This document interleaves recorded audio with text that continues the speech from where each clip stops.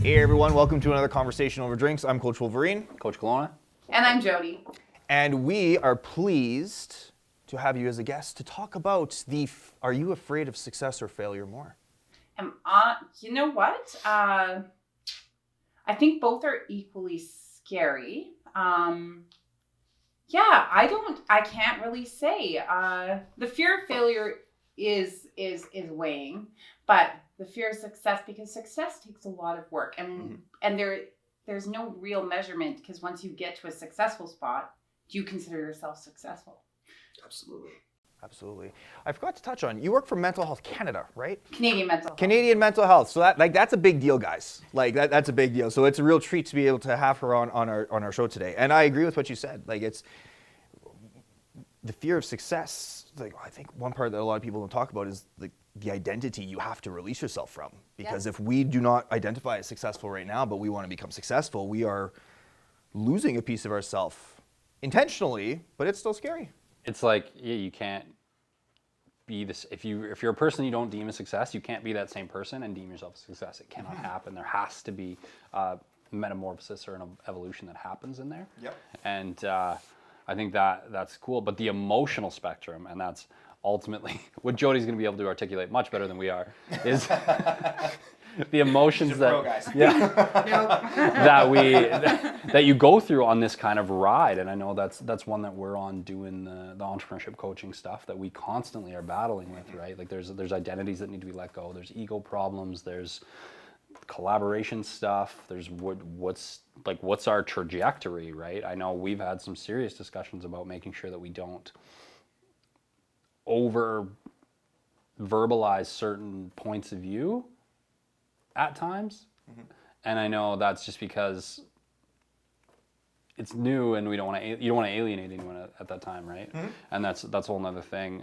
Obviously there's some where we're just like, let's just go. But there's emotions attached to all of that, right? And it's how do we live within that? And at what point, if we get to a point of financial success, are we still going to consider ourselves a success? Did we do it with integrity, which is one of our favorite things to talk about lately? Well, and that brings up that brings up another thing too, is what is the actual definition of success? Because for some people it's money, for some people it's status, for some people it's power, for some people it's free from the rat race.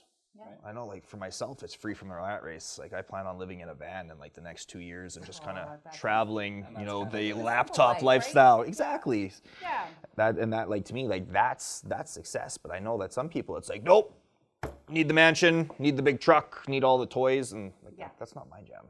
And I always think of it too, with success, even when you're changing anything, there's change, and a lot of people are really uncomfortable with change, very uncomfortable with moving from their norm. So to be able to move forward is very uncomfortable, and it's like you guys had said previous, pushing into that discomfort it's uncomfortable, and you have to learn how to be comfortable enough to keep pushing yourself. But there's still that whole regulation of once you hit that success, are you actually going to be fulfilled? Where is the comfort of just being good with how you are as well, and just living your life to the best of your abilities? Yep. And I think that falls into what we've talked about before with learning to relish the process. The wins and the fails are both gifts, right? That's where the gratitude stuff falls in. And I think that's one of the biggest things with why we preach that so much, right? Why it's a pillar, why gratitude is such a rooting foundation of positivity. And I know with myself, same thing. I started to get into these anxious kind of days, and I was like, no, stop. This is where I was. This is where we've come from. Even looking at our videos, right? We were talking about them earlier. Us standing outside in this grainy video, freezing. It's still fun, right? But with the cell phone. doing the selfie thing, and now we're here. And this is still I've said a ton of times. It's crazy to think that I'm showing up in front of a camera to have discussions. Yep. But that's the process, and that's what's so cool about it, because I am grateful to come here every time, and I am grateful that we got to stand outside and freeze and all that stuff, right? And then you get to make these great conversations and acquaintances through this, right? It's just so many positives, but if you're entering that with a negative connotation or a fear mindset, right? And like fear is going to be an emotional response because our body wants to stay comfortable. Our brain wants to stay comfortable. Yep. So if that's the thing, that's where we get into this thing that we've talked about with fitness and all this other stuff, the you versus you, right? Or I like to say mind versus brain. Yeah. And that really allows me to have a window to talk more about like spiritual wellness with your meditating and with, again, gratitude work. But like drawing a hard line between mind and brain seems to be a way that a lot more people understand the power of that. Yeah, yeah. And if you even look at like fear in itself, right? Or failure, sorry, not fear. But if you take failure, there's always something positive. If you turn it and actually look at it for what it is, failure always has a positive attached to it. It's just how your mind is looking at it. And I myself, even I try and look at some of my failures that I've done, and I've taken them and tried to really analyze them and be like, okay, that might have been a failure, but where did it lead me? What did it teach me? How am I navigating my life differently? And so it always has an underlining positive to it. You just really have to focus your intention on seeing it. On finding the lessons, right? Yeah, like there's a connecting factor there that I find. So like with my clients, I've had some clients that have been in the pits, and basically for them, the whole like the positivity movement actually was counterproductive. I'm like, all right, because we can't. The scale of emotions and experience in the human experience is very vast, right? And with the statement of or the belief that nothing in life is either good or bad, it's just how we are is what makes it so. Yeah. So if an experience happens, say a car accident, to be like, wow, where's the positive in this is very difficult. Whereas how I framed it with my clients is, where's the opportunity in that? And then as soon as you focus on the opportunity, they can look for the lesson, as opposed to that like abrupt, like just blockage of like, it's a car accident. There's nothing positive about this right now. And so I found the opportunity thing to kind of be that bridge over to, if there's a failure that happened, or you just kind of like, all right, well, what can I learn from this to be able to move forward and not have this failure again? And I think one of the things that I've even had discussions with some of my more long-term clients, it's like when in doubt, you got to zoom out. Yep. Yes. Right, and you have to zoom out, and that's a cliche in investing actually. Like when, when you're looking at trends and stuff. But so like when in doubt, zoom out, and that's kind of the biggest thing, because now it's much easier to find that opportunity or that lesson because you're not looking at an isolated event. You're looking at a series of larger period of time, and then once you identify the opportunity, then you zoom in again, and now you analyze and you do it that way, and that's kind of the process of switching your lens to maintain that positivity. Yeah. Yep. And I think too with like success and whatnot, and like I said, like that goal line is always moving. So where's your comfortability? Where is your stop line? Is there a stop line, or are you ever going to be satisfied and proud of yourself? So if you look back 3-5 years ago and see where you were and where your mind, it's not just like where you are in life, because I think we put a lot of value on the things and stuff. But looking at that, like look at your mindset and where it was 3 to 5 years ago, and take that as like a lesson, I guess, and then take that and be positive about the movement you have done. You have to look back to.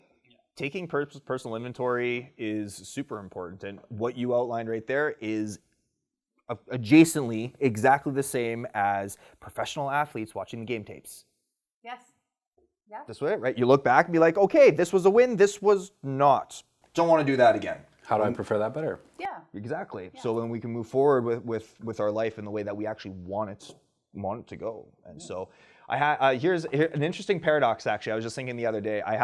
So I went for a hike, and with my friend. And the last time we had gone, she got hurt really bad. Like we got in some scramble, and a rock fell on her finger and broke it. Oh, nice. So we went for another hike that was actually rated as a more difficult hike than the first one. So with the analogy of like, success is the journey and all that stuff too, right? So like thinking of a hike and getting up to the summit, or like looking up from the top of the mountain. If you were dropped at the top of the mountain, you would not appreciate it nearly as much as the journey up. But then also being simultaneously afraid or nervous of success and failure, because on that hike, there's a potential of failure, but then there's also the potential of get to success and then getting there, and it's like, it is not as good as what I was hoping it was going to be. Yes. Which for us, we got up there and it's like, great, we made it. and it's snowing, so we can't see anything from up here. Which is again why you have to turn and like relish the journey. Right? Exactly. That brings me back to like when you were saying hiking, I just keep thinking back to this Mount Everest documentary I watched. And there was a lady from Canada actually that had went up on Mount Everest, and she was bound and determined to summit. And she had gotten almost there, and unfortunately they told her like you're not in good enough shape to go up, and she's like, no, I'm not successful until I hit that peak. And unfortunately she passed away, like she ended up dying. And I think there's that whole thing too of seeing, okay, maybe success isn't actually at the summit, but it might be a little bit down from there, but I can be proud and happy and still be able to appreciate where I've come to and being okay with that. Yep. For fear of dying. It's there's that expectation, like when we set a goal, or it's like that cliche saying. I got it. If you don't, I think I know what you're saying. Shoot for the moon. If you miss, you're going to land from the stars, right? The goal was to get to the summit, but even if you don't, you're still there. Yeah. You still went on the journey. You might not hit the summit, but you still have all of that tangible evidence of wins. Yeah, and celebrate. Yeah, exactly. Yeah, we don't do that nearly enough. We don't celebrate our own wins. Yeah. It's actually a shame. And that's even something that like I deal with. Like if I have a win, I'm like, this is cool, but I feel like if I celebrate this win, I'm all of a sudden somehow putting somebody else out. Do either of you guys deal with that too? I've started making a list. By a list, I mean a shopping cart in Amazon. But when I hit certain things, right, when I hit my certain milestones and targets, instead of being like, hey, I'm going to go celebrate, it's like I just buy myself something nice. Oh. Yeah. Right? Yeah, that works. Because it's mentally, you're still celebrating. You're still doing something out of your norm to celebrate. Yeah. And that we were at a chat and there was a big investor guy kind of talking, and he's like, every time I hit X amount, I'd go buy myself a watch that was 10% of what I made. So he's like, my most expensive watch is like 140 grand. Wow. I'm like, oh my goodness. It was crazy. Like it was an absurd like thing, but that was his rule, and that's what he stuck to. And he was very rigid on like, these are my rules.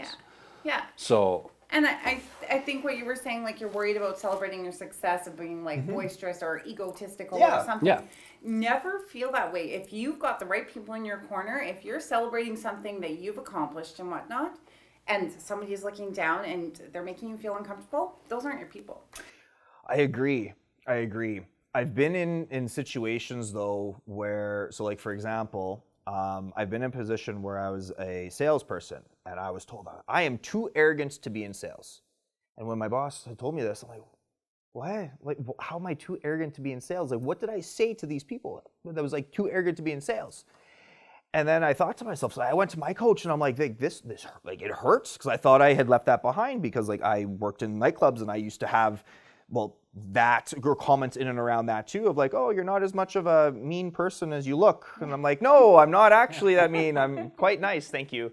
But that, like, it hit me in the retail, and then my coach is like, you know what? It's like, well, because I used to be a confidence coach. That's what I used to focus on. He's like, you have found your confidence, and to people who have not found their confidence, that is going to be perceived through arrogance due to whatever their own insecurities was. And I'm like, wow, okay. So then I find that also follows suit with, like, if I'm really happy about something and somebody else all of a sudden feels lower, it's like, that's not on me. Even though I still have that programming, there's still a little bit of that programming there, I'll admit.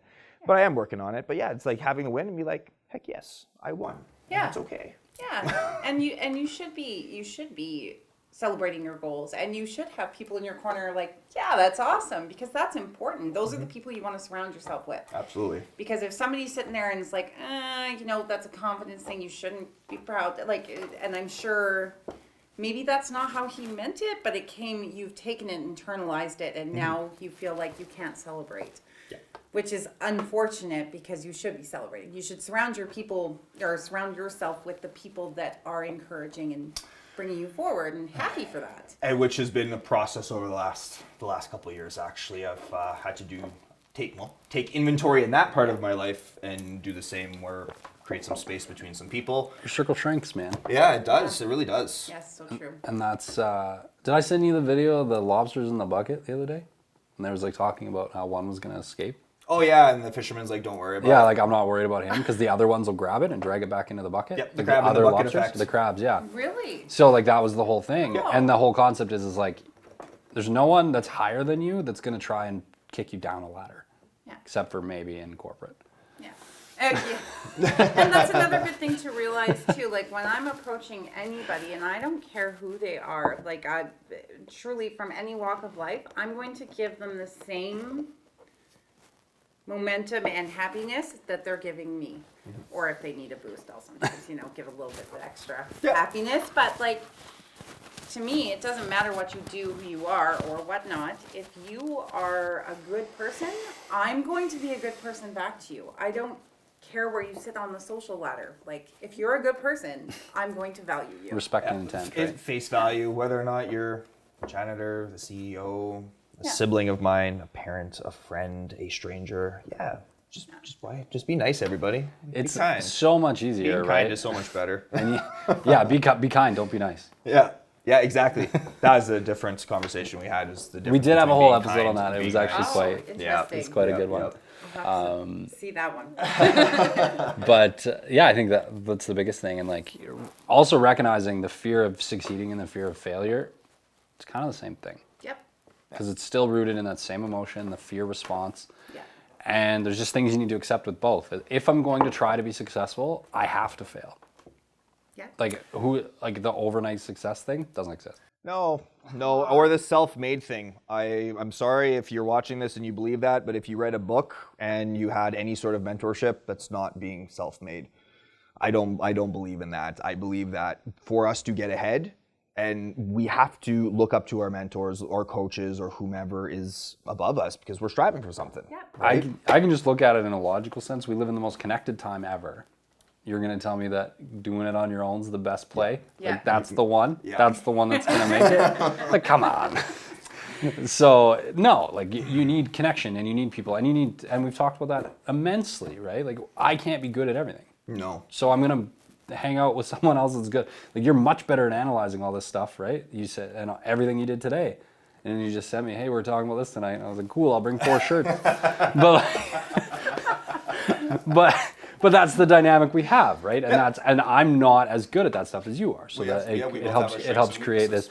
the cohesion that we've had, and that's why we get to continue doing this for so long, and that's why we get the momentum and everything. And obviously, I don't know how to run any of this stuff, so here we are as a team. but it's one of those things. It's never going to happen on your own. No. And to your note is like you're going to have to be willing to give up people as much as you're going to have to be willing to bring people in.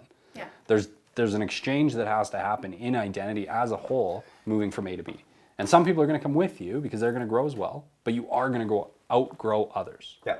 And that dynamic of giving something up and accepting something new is the same for both failure and success. Yeah. You're either giving up the success and accepting the failure, or you're giving up the failure and accepting the success. Right. But both of which is an identity shift. Yep. I Don't spin think too many plates. Yeah. Yeah, and I think the whole key to that is working through the fear to be productive about it, right? And in just having these conversations, like you can sit and think in your head and you can pound it over by yourself. But even talking, like I'm sure I've grown as a person, you've grown as a person, you see things in a different dynamic. So reaching out and talking and talking about your fears and like having a different person look at it and be like, oh, well, can you see it from this lens is super helpful.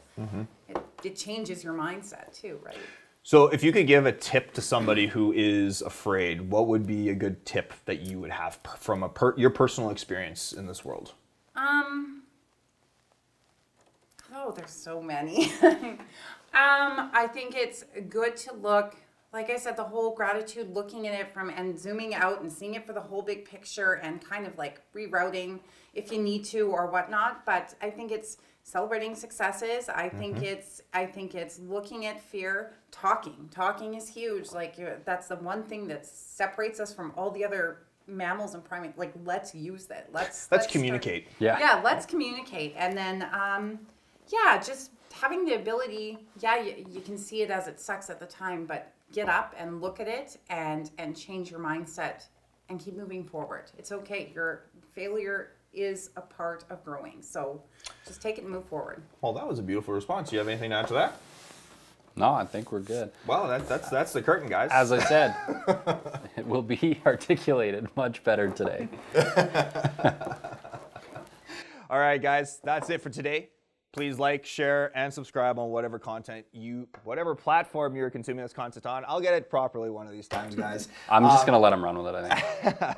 But anyways, have a fantastic day, guys. Thank you so much for joining. Cheers. Yes, thank you for joining.